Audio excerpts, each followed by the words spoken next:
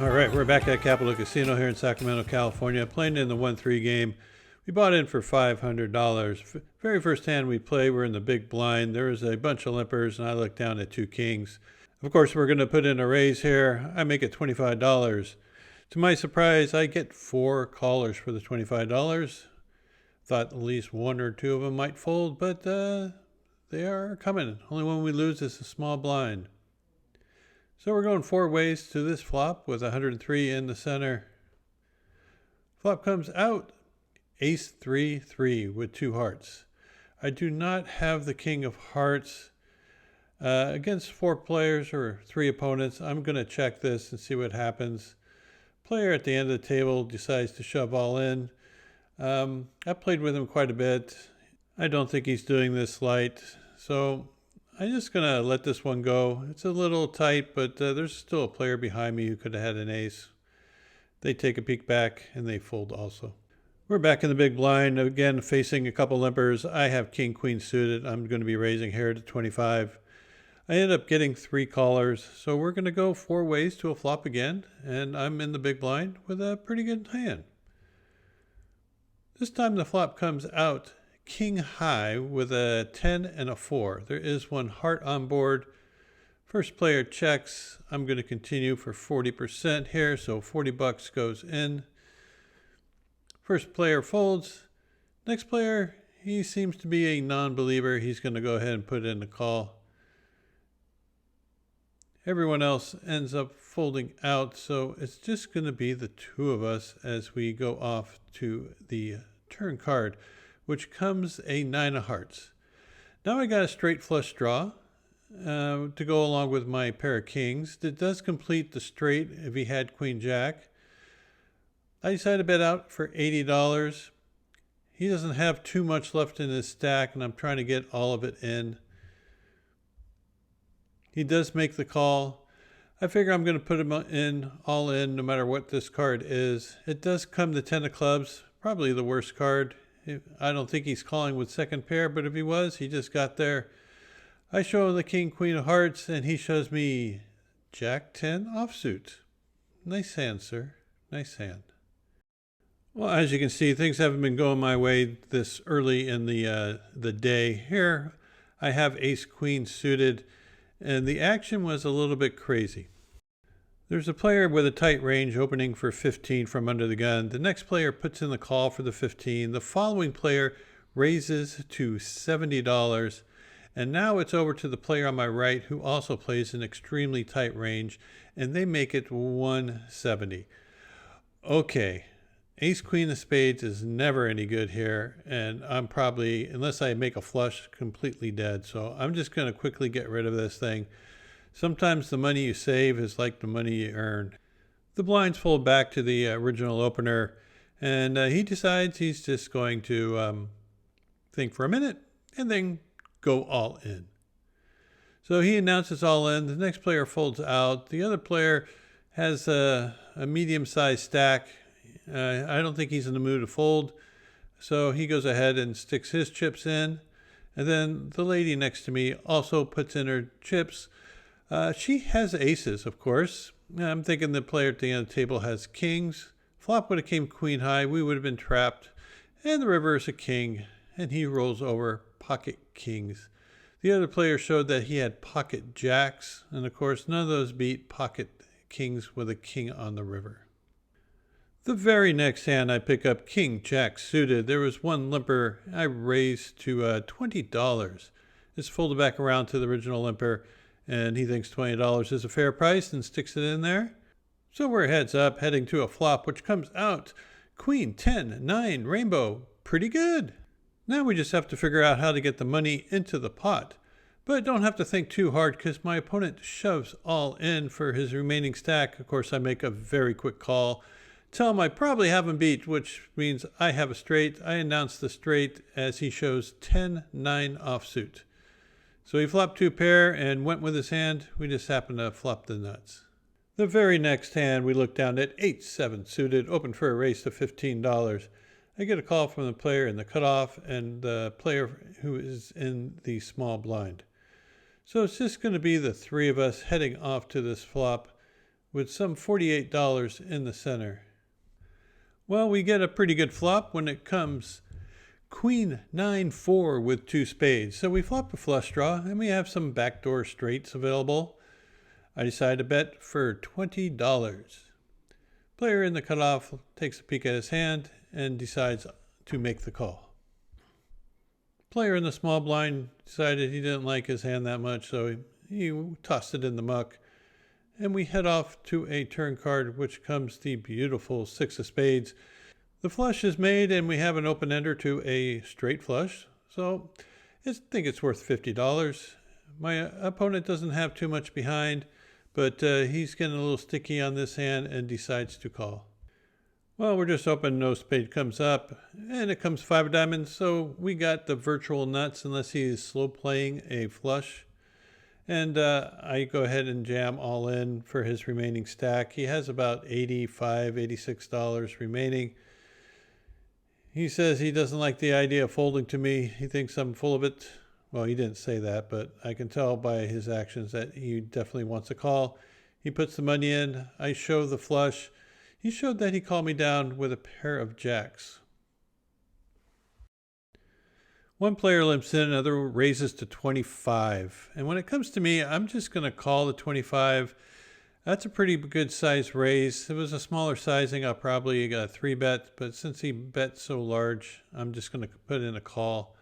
Flop comes 10-8-3 with 2 clubs. So I got a really good flop for my hand. It gets checked around over to me, and here with a 2 overcards and the nut flush draw, I'm going to be betting. I make it $50, which is half pot.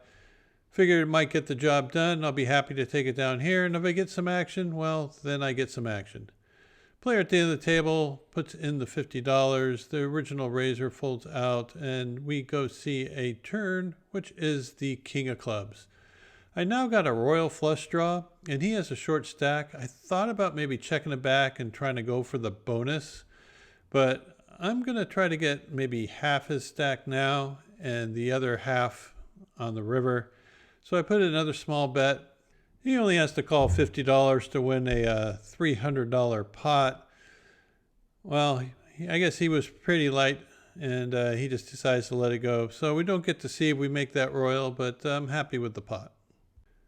I went card dead for what seemed like forever, but I guess it was about an hour and a half.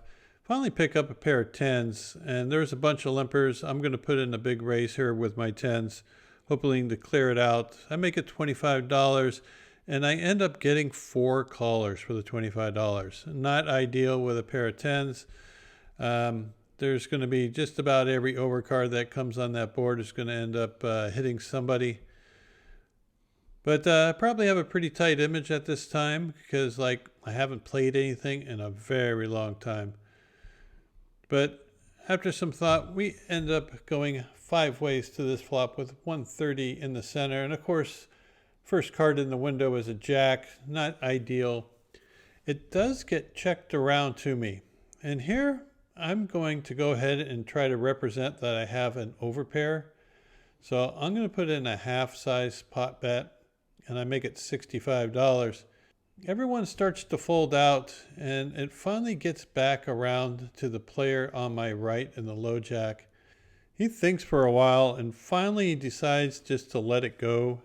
He says, well, you got queens? You got queens. Nice hand. And he said he laid down jack 10.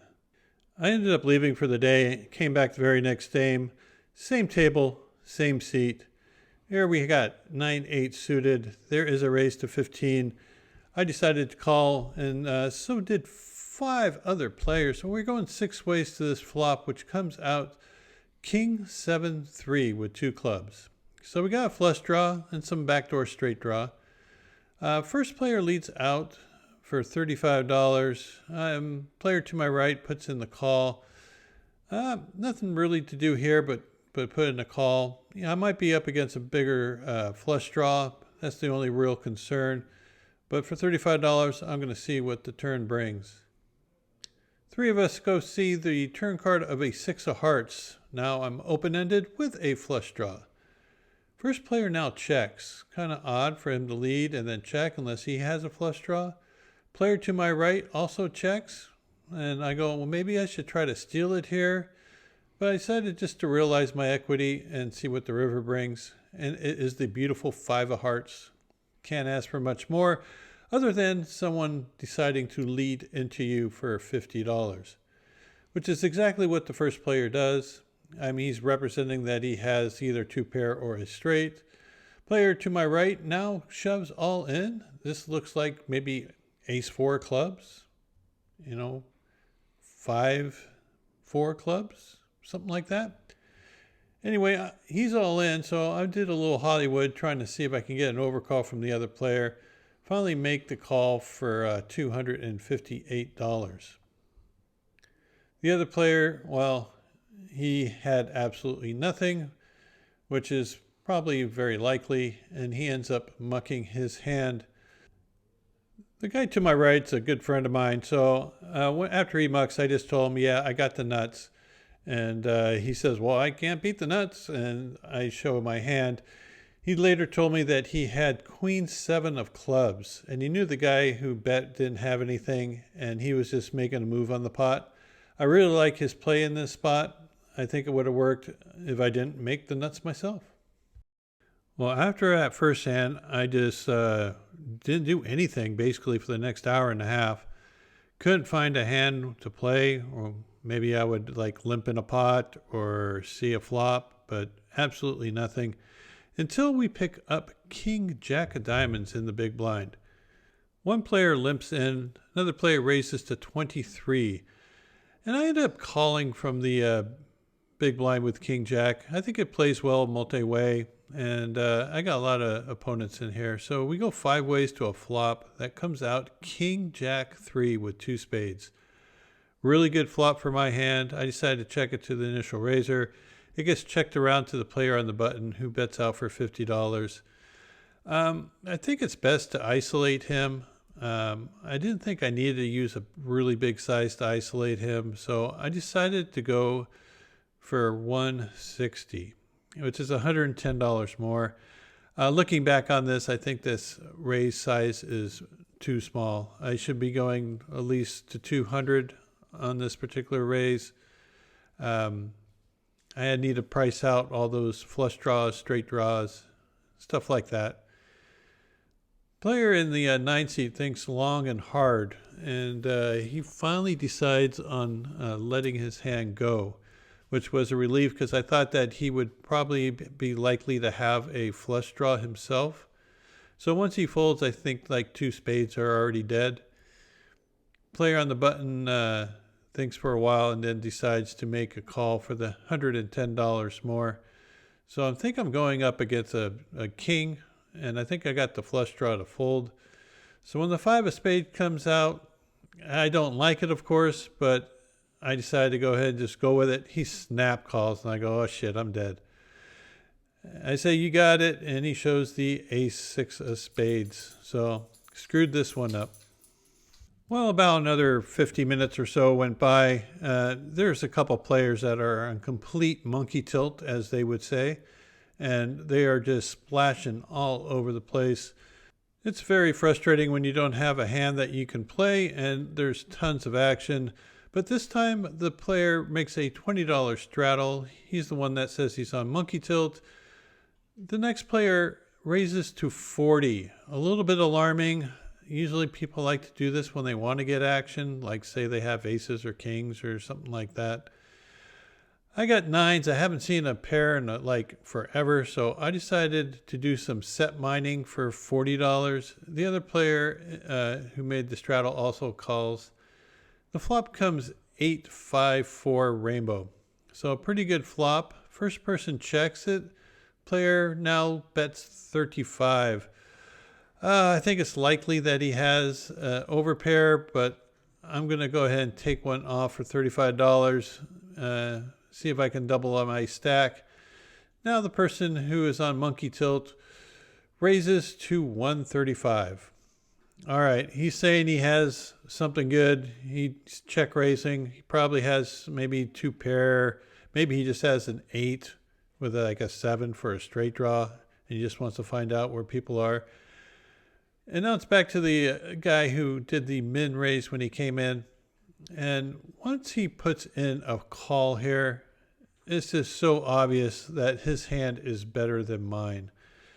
And I should be just folding this, but I've been like super, super card dead and probably a little bit tilted that I'm missing out on all this action. I know I should fold, but I'm saying maybe this is the hand that changes everything. So I put in the $100. It's a horrible call. It's just basically a waste of $100. Hopefully I can spike a 9, but instead I get the 5 of clubs.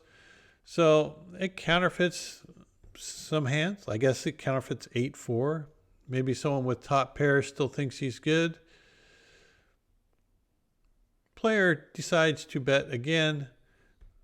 This time he bets out for $180. I don't like this, of course. I don't have that much left in my stack. I decided I was going to call if the player to my right ends up folding, but I don't think he's going to end up folding. He ends up putting in the jam, which I thought he probably should have done on the flop if I read him correctly. Pretty sure he has a big pair like kings. I look at my hand. I muck it.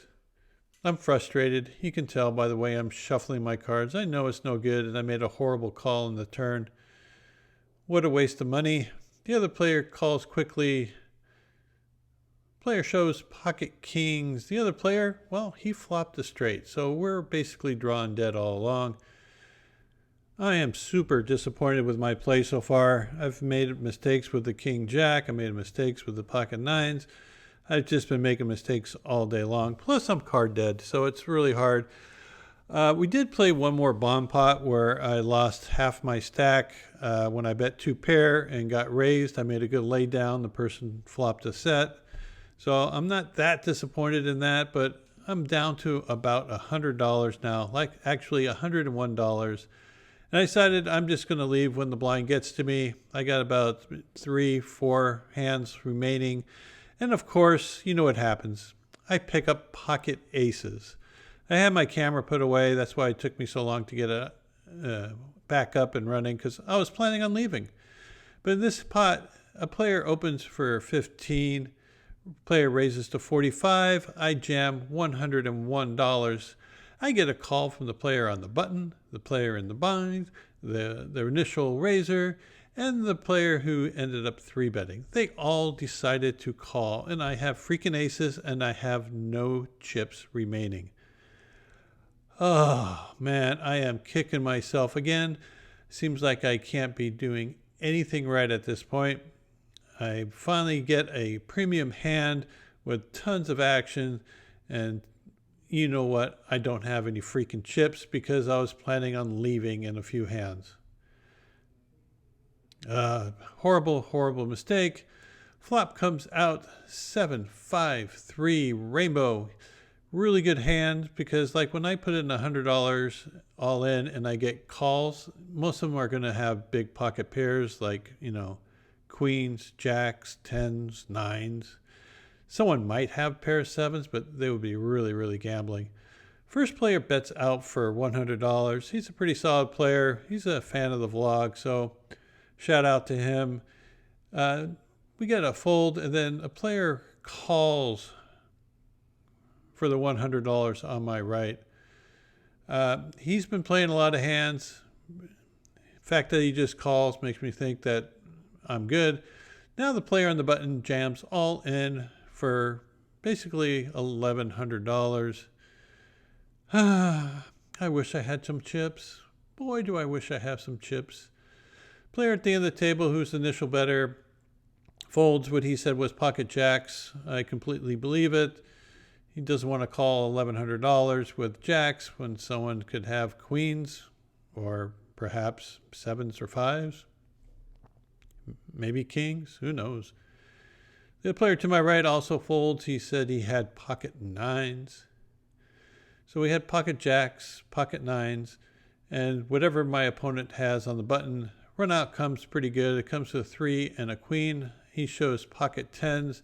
And of course, the one hand I win after 2.5 hours, I have no chips in front of me. Well, after winning this pot, I am back to even, exactly even. And I was planning on leaving. So should I leave? Should I stay? Should I go? Well, the game's good. I finally won a hand after like 2.5 hours. That's good. Maybe this is the change, just like that first day where I folded ace queen of spades, and now I finally won a hand, even though I'm still upset with myself for not having chips. Let's stick around for a couple more rounds, see what happens. Well, what happens is I get a bunch of people limping in, and I got 2 queens. I raised to $30.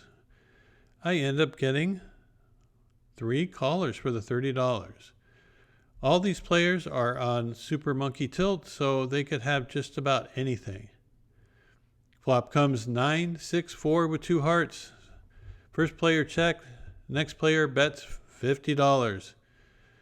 Player to my right calls the $50. And now it's to me. What to do? Well, I think if I was playing in my right mind at this time, I would just shove, because I bet one of these Monkey Tilt players would just call me and I'll be heads up with them. But I decided just to put in the call and look for a non-heart blank on the turn and then go for it. Player overcalls and we get the 4 of diamonds. Really good card, actually. Doesn't complete any of the straights, doesn't complete any of the flushes. Only thing that would hurt if someone had a 4 in their hand, which is really unlikely. First player checks, next player bets for $100, and it's folded to me. I got to charge any flush draws or any straight draws that are left here. I go ahead and jam for my $410. Player snap calls. River card comes to 7 hearts, which is not good. He turns over 5-4 offsuit. Well, needless to say, I did not play very well that second day and was extremely frustrated, and I'm like so mad at myself for the plays I made. Yeah, there's not much to say other than some days you just suck, and this was my day. I took the rest of the week off. I was in no mood to play any more poker, so 2 days was enough for me. I only lost $445 for the week, which is pretty amazing considering how bad I thought I played and how bad I ran in certain spots. But as always, I really do appreciate you guys making it to the end of the video. Thank you for all your support. I really do appreciate it. Hopefully we can hit that 10K sub mark here soon. That has been a goal of mine for a very long time. And hopefully if you haven't liked and subscribed yet, you can still do it. Trust me, it doesn't cost you anything. You just have to hit those little buttons, the little thumbs up and the little subscribe button. That's all you got to do. So until next time, good luck at the tables, and we'll see you back here soon.